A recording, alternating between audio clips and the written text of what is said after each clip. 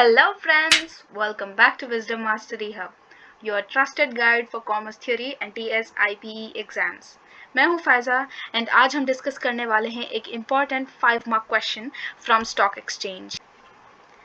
Speculators. Okay, speculators क्या है, speculators कितने टाइप्स के हैं, ये आज हम डिस्कस करेंगे. इन माई प्रीवियस वीडियोज़ मैंने आपको इंश्योरेंस के टॉपिक्स एक्सप्लेन किए थे, प्रिंसिपल्स एंड फंक्शंस. अगर आपने वो वीडियोज़ नहीं देखे तो ज़रूर चेक करिए आफ्टर दिस वन. चलिए शुरू करते हैं सुपर सिंपल और इजी एग्जाम्पल्स के साथ. First, what is speculator? Speculator किसे कहते हैं? Speculator is a person who buys and sells shares for profit.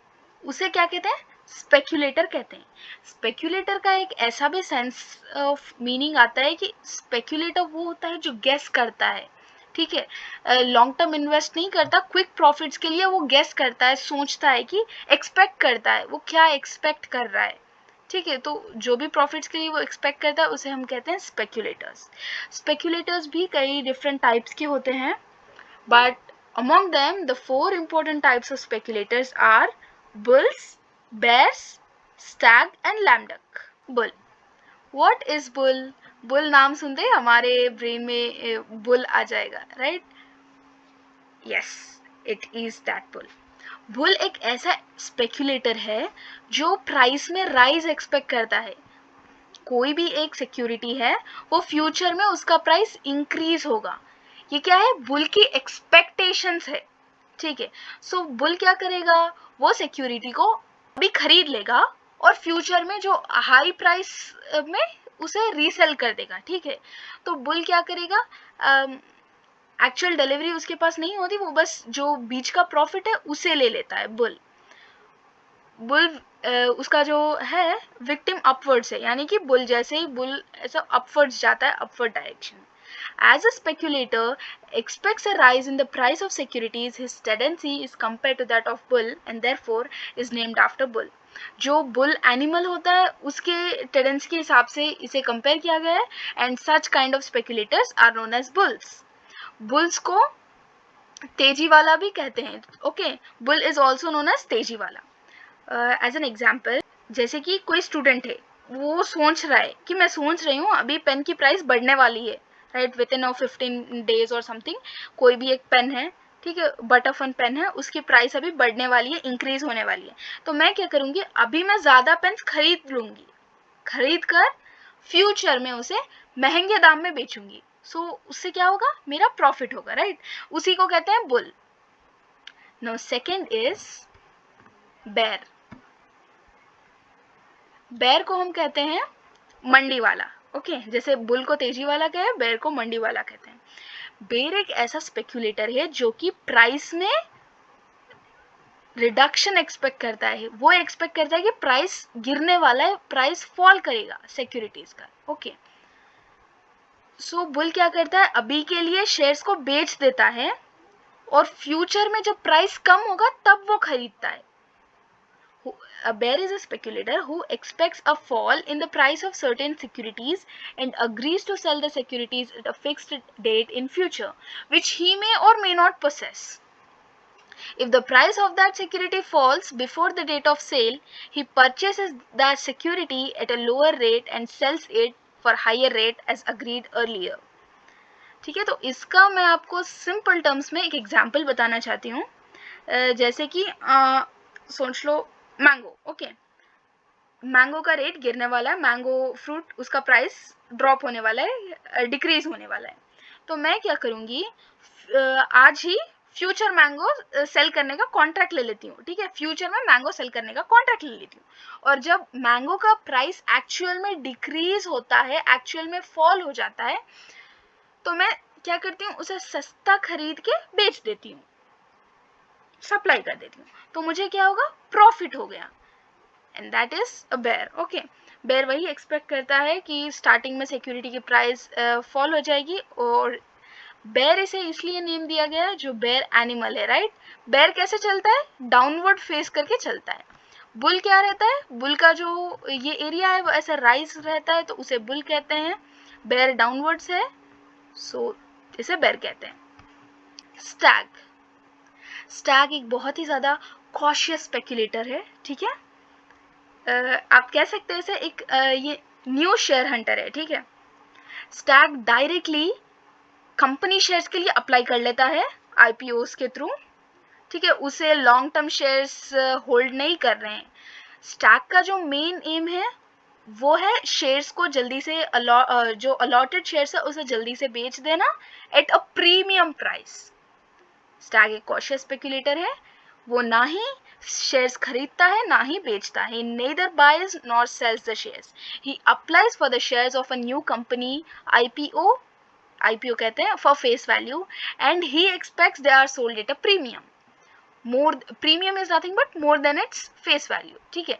वो एक्सपेक्ट करता है कि जो शेयर्स वो प्रीमियम में बिकेंगे। इसका एग्जांपल मैं आपको ऐसे दूंगी कि जैसे कोई एक नई मूवी का फर्स्ट डे टिकट खरीद लूंगी मैं, राइट, इमीडिएटली ज्यादा प्राइस में ब्लैक में बेचूंगी मैं।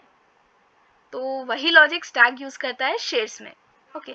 तो एट द एंड हम कह सकते हैं कि Stag a kind of bullish nature का है। जैसा बुल एक्सपेक्ट करता है इंक्रीज, स्टैग भी अ काइंड ऑफ इंक्रीज ही एक्सपेक्ट करता है।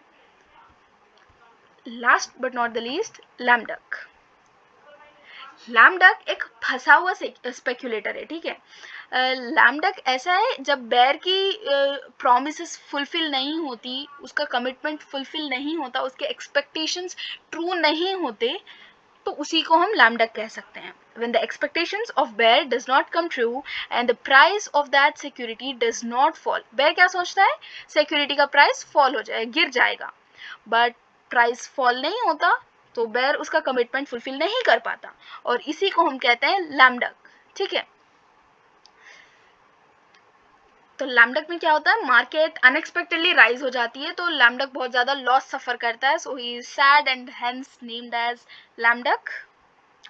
एग्जाम्पल के लिए, जैसे तुमने सोचा कि फोन प्राइस गिरने वाला है और तुमने सेल करने का प्रॉमिस कर दिया, ठीक है। जैसा बेयर करता है फोन का प्राइस गिरेगा तो मैं फ्यूचर में सेल करने का प्रॉमिस कर लिया, लेकिन प्राइस गिरने के बजाय बढ़ गया, प्राइस फॉल नहीं हुआ, प्राइस राइज हो गया, इंक्रीज हो गया। सो अभी हम क्या करते हैं, हमारा लॉस होगा, तो हमें खुद को लॉस उठाना पड़ेगा, हम फंस जाएंगे, राइट।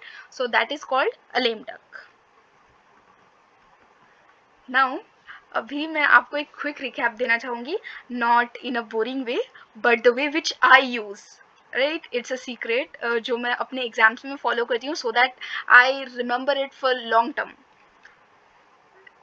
स्पेक्यूलेटर्स, एक्सपेक्ट करने को स्पेक्यूलेटर्स कहते हैं। मैंने स्पेक्यूलेटर्स को 4 टाइप्स में डिवाइड कर रखा है, राइट। स्पेक्यूलेटर्स, फर्स्ट वन है बुल। बुल क्या करता है, प्राइस को इंक्रीज होगा ये एक्सपेक्ट करता है। बुल के एक्सपेक्टेशंस ये है कि प्राइस इंक्रीज होगा, राइज होगा। वो अभी खरीद लेता है, bull buys now sells later, okay. अभी खरीद लेता है, बाद में बेचता है। Second is bear. अभी देखो आप, बेयर कैसे चलेगा, नीचे फेस करके चलेगा।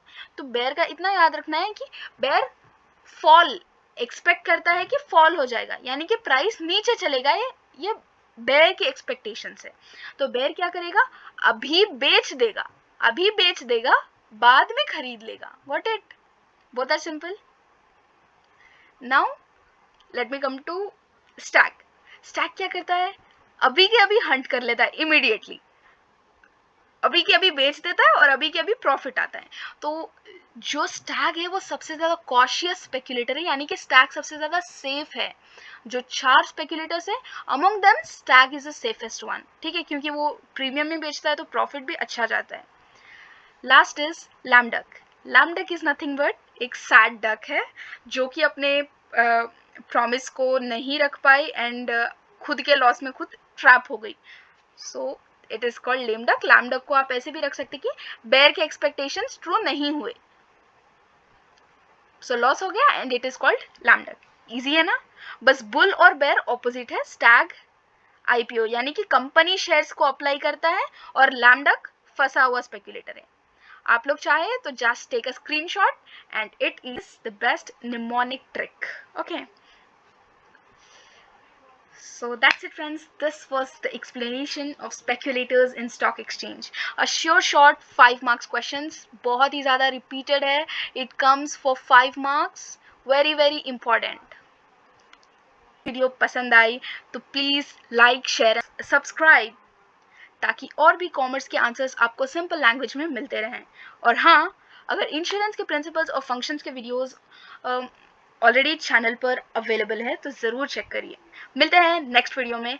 Till then, study smart, keep learning, keep growing.